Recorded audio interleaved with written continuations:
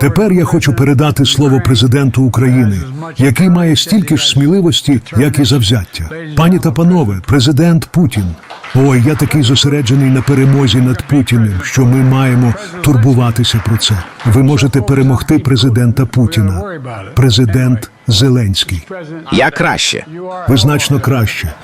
В мене є просто дуже дискусійне питання. Можливо, містеру Джо Байдену таки варто подумати над тим, щоб дати змогу балотуватися у президенти іншим кандидатам. Я зараз не про Трампа. Там окрема історія, та й, власне, людина всього на 3 роки молодша за Байдена. Одному 81, а іншому 78. Просто чесно, я не знаю, як на це реагувати. І направду, судячи з усього, топ-посадовці світу також не знають.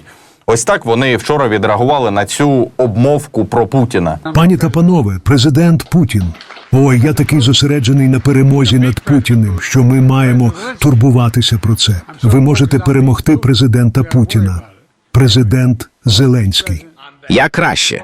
Ви значно краще. І чесно, дуже їх розумію. Спробую зараз сказати максимально толерантно. З одного боку, Байден – це та людина, яку поважаєш за його допомогу Україні та чітку позицію проти Путіна.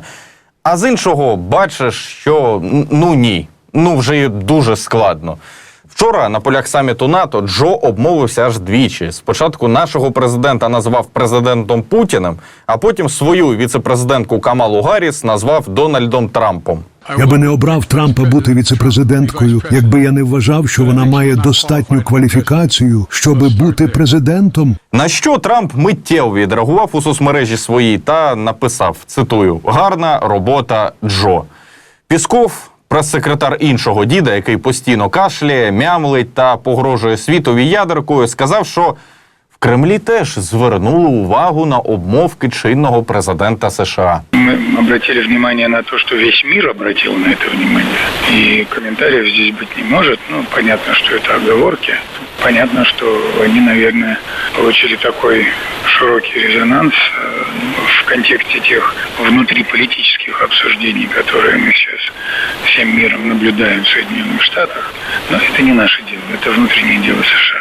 Це каже людина, країна якої постійно влазить у справи інших країн, зокрема України. Нас воно взагалі 10 років захопити намагалося, а зараз лізе у нашу конституцію та шукає фейкові приводи для того, аби назвати нашого президента нелегітимним. Хоча Путін сам вже давно став просрочкою. Тож, повертаємося в Штати. Байден вчора на прес-конференції підтвердив свій намір балотуватися в президенти. Каже, що хоче довести справу до кінця, та що ніби все стане набагато краще, якщо його переоберуть. За Трампа Байден сказав, що переміг його 1 раз, переможе і 2-й раз. Але варто дивитися на факти. Джо не завжди сам може знайти вихід з приміщення. Все це, звичайно, справа американців, але, як на мене, варто дати дорогу іншим. І це я знову не за Трампа. Окремі давні помічники та радники президента США Джо Байдена в останні дні намагаються придумати способи переконати президента залишити виборчу кампанію. За їхніми словами, вони повинні довести президенту, що він не може виграти у Трампа, переконати його, що інший кандидат, наприклад, віце-президентка Камала Гарріс, може перемогти. Також вони повинні запевнити Байдена, що коли він відійде вбік, то процес вибору іншого кандидата буде впорядкованим і не перетвориться на хаос у демократичній партії. Але Байден учора сам сказав, що Камала Гарріс, яка наразі є віце-президенткою в його команді, гідна очолювати Білий дім у майбутньому. Каже, що він не обрав би її на посаду віце-президентки, якби мав сумніви якісь щодо неї. Проте, тим не менше, Джо вважає себе ще сильним. До слова, ці обмовки прокоментували Шольц з Макроном. Вони сказали, що таке з усіма трапляється і може трапитися з ними хоч завтра. Та що в розмовах з Байденом тет-а-тет ніяких змін в стані президента США не було. Окей, можна багато перелічувати ці фейли, де Байден намагається потиснути руку повітрю, вітається з порожнім місцем, виходить у зачинені двері. Окей, з ким не буває. Головне, щоб роботу свою робив гарно. Але, схоже, що і тут є нюанс. 2/3 американців хочуть, щоб Байден вибув з президентських перегонів. Тиск на нього продовжує зростати після невдалих дебатів з Трампом. Це опитування дуже важливе, оскільки нещодавно Пітер Велч став першим сенатором-демократом, який публічно закликав Байдена піти у відставку. Це може позитивно вплинути на віце-президентку Камалу Гарріс, якщо вона замінить американського лідера як кандидат від демократів.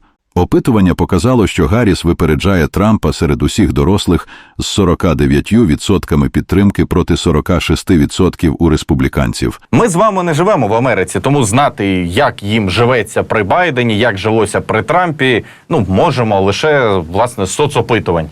Проте зрозуміло, що це не є докорінним показником думки американського суспільства, бо іноді саме соцопитування, як ми всі прекрасно знаємо, лобіюють ті чи інші інтереси та можуть бути заангажованими.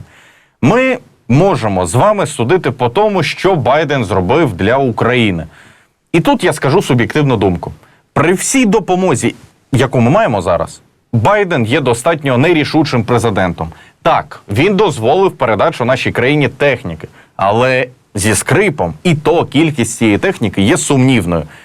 Всі країни орієнтуються на Штати, як на лідера вільного та демократичного світу. А коли Штати не дозволяють використовувати зброю їхню повноцінно, це викликає багато питань. І інші країни нам кажуть, бачите, Штати ж не дозволяли, то і ми вагаємося, не впевнені. Вчора Байден теж сказав, що він не бачить сенсу, щоб Україна била західною зброєю вглиб Росії. Ми дозволили Зеленському використовувати американську зброю в наближених прикордонних регіонах Росії. Чи маємо ми його обмежувати? Наприклад, якби Зеленський мав можливість, а такого немає, здійснювати удари по Москві, по Кремлю? Чи мало б це сенс? Ні. Питання в тому, як найкраще використати зброю, яку він має, зброю, яку ми йому надаємо. І ми щодня визначаємо, що вони повинні і не повинні робити, як далеко це має зайти.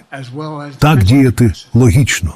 Напевно, Джо просто не чув заяви, які лунали від наших офіційних осіб на тему того, що дайте нам можливості бити по військовим базам на Росії, з яких обстрілюється Україна. По Кремлю, до слова, ми і не просили бити на правду. Публічні заяви чули всі. І те, що Штати вагаються з цим політичним рішенням, точно, це все не грає на користь Байдену, який без того зараз має достатньо хитку позицію. В цьому контексті більш обнадійливо пролунала заява від Столтенберга. Важливо розуміти, що на початку війни і фактично донедавна більшість бойових дій відбувалися на території України. Але оскільки Росія відкрила новий фронт у Харкові, лінія фронту вже інша. І для того, щоб завдавати ударів по військових цілях, пускових ракетних установках або аеродромах, щоб запобігти атакам проти України, це завдавати ударів по російській території. Лінія фронту змінилася. Немає жодних сумнівів, що Україна має право використовувати зброю, яку вони отримують, щоб завдавати ударів по законних військових цілях на російській території. Але знову ж таки, про глибину ударів тут ані слова, тому заява є дуже неконкретною. А враховуючи те, що США проти, я не думаю, що Столтенберг так різко взяв і пішов проти риторики Байдена. Сама прес-конференція на полях саміту НАТО мала показати, що в чинного президента США достатньо сил для перемоги на майбутніх президентських виборах. Проте Байден практично відразу припустився помилки. Його промова, до слова, перед присухою цією, мала такий більш передвиборчий характер. Бо людина розповідала про досягнення Америки за період його президентства. Однак тут теж варто сказати, що Джо хоч на словах залишає риторику про програш Путіна. Трамп взагалі говорить про мир. Невідомо на чиїх умовах, але він говорить. Про це нещодавно сказав Орбан, який зустрічався з Трампом. Мирна місія 5.0. Для мене було честю відвідати президента Дональда Трампа в Мар-а-Лаго сьогодні. Ми обговорили шляхи досягнення миру. Гарна новина дня. Він вирішить цю проблему. Трамп, у свою чергу, подякував Орбану і додав, що мир має бути якнайшвидше. Про що говорили, на яких умовах мир? Ніхто не може знати, бо це Трамп, людина дуже непередбачувана. Але направду, той факт, що доля світу зараз залежить від не зовсім притомних людей, це викликає і в мене занепокоєння. З вашого дозволу побуду сьогодні трошечки ООН, теж занепокоюсь. Ще раз акцентую, справа виборів у США – це суто справа американців, але ж ми можемо мати власну думку, правда? Отже, ставитиму тут сьогодні крапку. Дякую вам за перегляд. Традиційно закликаю вас зберігати холодний розум та продовжувати підтримувати українські сили оборони, бо це є зараз дійсно найголовнішим. До зустрічі!